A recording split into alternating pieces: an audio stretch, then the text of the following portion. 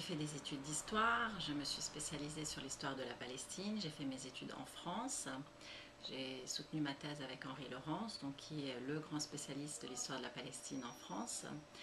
Et puis à partir de là, il se trouve que j'ai beaucoup travaillé dans les archives diplomatiques françaises et de fait, on découvre énormément d'éléments, de documents et par exemple aussi des tracts, des lettres sur l'histoire des Palestiniens qui sont complètement inédits. Également des lettres de consuls qui ont témoigné de ce qui se passait sur place, et notamment au moment des expulsions, il y a des témoignages extrêmement forts et pertinents et croisés, puisqu'il n'y a pas eu qu'une seule personne, il y a aussi eu des personnalités religieuses qui ont témoigné de comment l'expulsion s'est faite à travers la Palestine. Et puis donc en travaillant moi-même sur mes recherches, j'avais quand même remarqué qu'en France, il y avait un problème et auquel j'ai été moi-même indirectement confrontée, c'est qu'on ne donnait pas la parole aux Palestiniens et notamment aux historiens palestiniens. Et au début, je me disais, bon, c'est quand même curieux parce qu'on traduit de plus en plus de livres. Et en même temps, quand on va en Angleterre ou aux États-Unis, on trouve beaucoup plus d'historiens palestiniens qui ont été traduits, qui sont référencés comme des références tout à fait normales. Alors il y a bien sûr ce qu'on appelle les nouveaux historiens israéliens qui ont eu un apport fondamental à partir du milieu des années 80, des personnes comme Avi Shlaim, Ilan Pappé, bien sûr au départ avec Benny Morris. Mais pourquoi est-ce qu'on était encore au point de ne pas donner la parole à ces Palestiniens?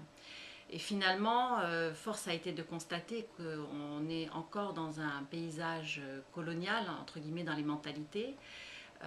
Pour preuve, c'est que moi, ça m'est arrivé il y a encore quelques années, quand je faisais une conférence, on me disait « Ah, mais comme vous avez des origines palestiniennes, en fait, on ne peut pas vous laisser parler toute seule, il faut qu'il y ait un Israélien qui vienne confronter ce que vous dites, même si mes diplômes étaient français. » Et c'est comme si on demandait à un Français, on lui disait bah, « On ne peut pas vous laisser dire l'histoire de la France, il faut qu'un Allemand vienne contredire ce que vous allez dire, ou en tout cas confronter. » Donc c'est à partir de ça, et puis donc en travaillant beaucoup sur les documents, que je me suis dit qu'il fallait que j'écrive, que je fasse un travail sur cette question-là, et en particulier sur la question de la Nakba, parce que ce qui est apparu de manière très claire dans les archives, c'est que l'expulsion a bien commencé en 1947, au lendemain du plan de partage, et qu'elle s'est prolongée bien au-delà de 1949 au moment de la signature des accords d'armistice, et que par conséquent l'expulsion n'était pas la conséquence de la guerre de 1948, la première guerre israélo-arabe, mais qu'elle correspondait bien à un schéma prédéterminé qui a été mis en place et organisé par les sionistes dès le départ en fait du mouvement sioniste. Alors on le trouve dans les cotations d'ailleurs de ces sionistes qui le disent dès le départ, qu'il y a une population sur place, donc ils sont conscients que la terre n'est pas vide, ils savent qu'il va falloir s'en débarrasser pour mettre en place leur projet, et c'est progressivement qu'ils vont le faire, et on voit très bien se construire cette progression au fur et à mesure qu'ils ont l'appui d'abord des Britanniques et puis un peu plus tard des Américains. Donc voilà, mon livre traite de cette expulsion de 1947 à 1953. Pourquoi 53? Parce que le dernier massacre important qui a marqué cette période-là, c'est le massacre de Kébia. Et pourquoi est-ce qu'à ce moment-là, les Israéliens décident de moins faire d'expulsions massives? Non pas qu'ils arrêteront, parce qu'il y aura toujours des expulsions, mais disons de moins forte manière, moins massive. C'est parce qu'on est au début de la photo de presse. Il y a un dossier important et des photos qui vont circuler qui font que les Occidentaux tapent sur la table et disent aux Israéliens ça suffit. Et les photos du massacre de Kébia sont partout. En tout cas à l'ONU, ils ont un dossier important là-dessus. Et donc voilà, pour moi ça marque la Nakba, et la Nakba vraiment peut être déterminée dans cette fourchette de date. Alors pour montrer tout ça, je remonte très loin, puisque je repars à la fin du 19e en montrant que les Palestiniens sont dès le début, en tout cas l'intelligentsia, les intellectuels sont informés qu'il y a un projet sur la Palestine, interpellent les Européens. Donc je cite, il y a des situations d'intellectuels qui finalement très tôt disent ce qui va se passer plus tard, ils sont très conscients. Je donne aussi les portraits des personnalités qui vont constituer à la fois ces premières associations qui vont, comme le comité islamo-chrétien, qui vont interpeller, qui vont aller à la conférence de la paix, qui vont écrire aux Occidentaux, qui vont faire des manifestations, qui vont faire le boycott, parce que le boycott n'est pas d'aujourd'hui. Et voilà, donner un petit peu leur parcours, raconter comment ce mouvement national est né dès cette époque-là, et comment il s'est renforcé au fur et à mesure, bien sûr avec la grève de 1936 et la Grande Révolte.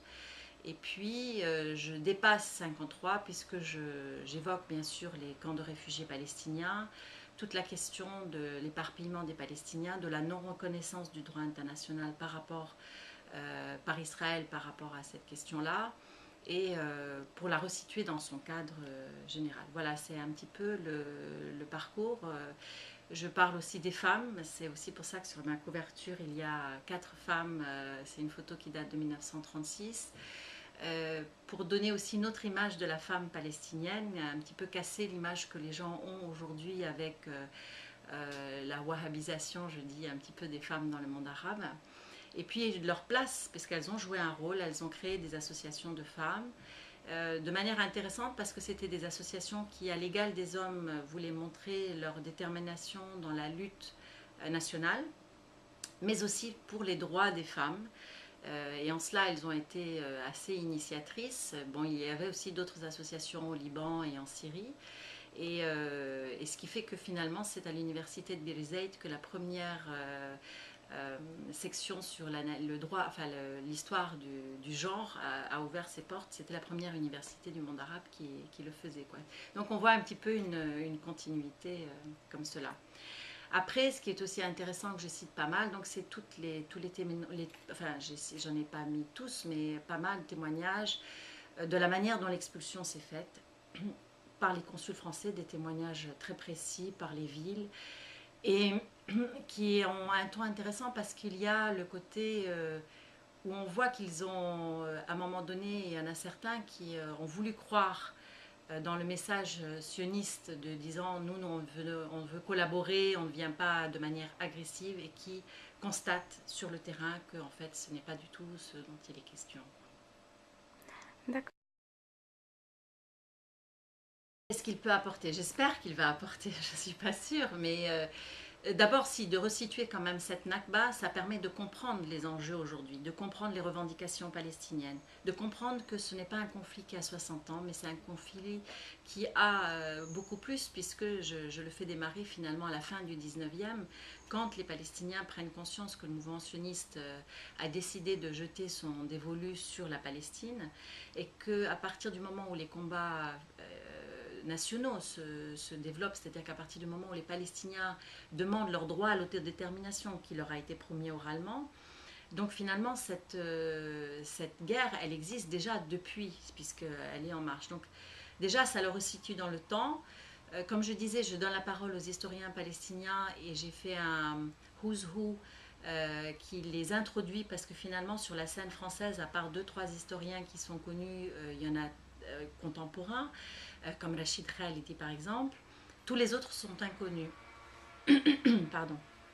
Alors il y a les anciens qui ont été à la fois témoins et acteurs, par exemple Aref El Aref qui a écrit un livre extraordinaire sur la Nakba en 6 tomes, vous avez Najib El Ahmad, donc il y a vraiment des noms qui ont été de gens qui étaient soit historiens, soit juristes, et qui ont témoigné parce qu'ils étaient sur place et qui ont écrit tout de suite cette histoire-là, plus tous les contemporains qui travaillent aussi sur les archives de l'État d'Israël, donc qui sont dans un travail perpétuel, j'allais dire, sur la question des sources et de la manière de croiser ces sources pour arriver à raconter et à définir ce qui s'est réellement passé. Il y a aussi le travail comme quelqu'un comme Saleh Abdejawad sur la tradition orale, tout ce qui est collecte orale, parce que ça aussi, ça fait partie d'un renouveau universitaire, de prendre en compte l'histoire orale comme une référence. Et c'est fondamental pour les Palestiniens parce que beaucoup d'archives ont été détruites après la Nakba. Et donc, il a fallu aussi reconstruire d'après ça. Et donc, cette recollection orale est fondamentale. Donc voilà, je trouve que c'est quelque chose d'important. Et puis aussi, comme je donne un petit peu le CV de ces personnalités, aussi bien les personnalités politiques que les nouveaux historiens, enfin les contemporains et les historiens classiques, on se rend compte que c'était un peuple qui était très éduqué, qui avait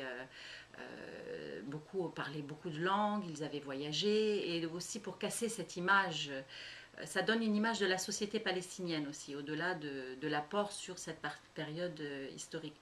Donc j'ai voulu mêler à la fois ça, c'est-à-dire un portrait de sa population, et en même temps une redéfinition de ce qu'on appelle la Nakba par ces sources-là. Il se trouve que justement avec la FPS, il y a un groupe de travail qui s'est constitué il y a plusieurs mois et où on a décidé de travailler sur les manuels scolaires et la manière dont on présente la Palestine et Israël dans ces manuels terminales histoire-géographie en France.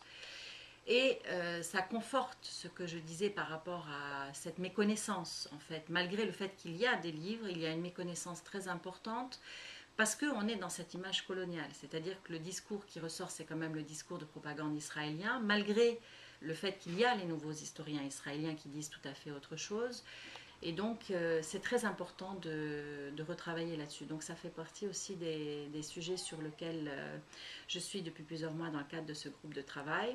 Et je prépare un prochain livre qui sera sur une période beaucoup plus récente et notamment à partir la fin des années 60 sur la question des détournements d'avions. Et je pense que ce sera intéressant voilà, de découvrir ce que les archives ont à dire à ce sujet-là aussi.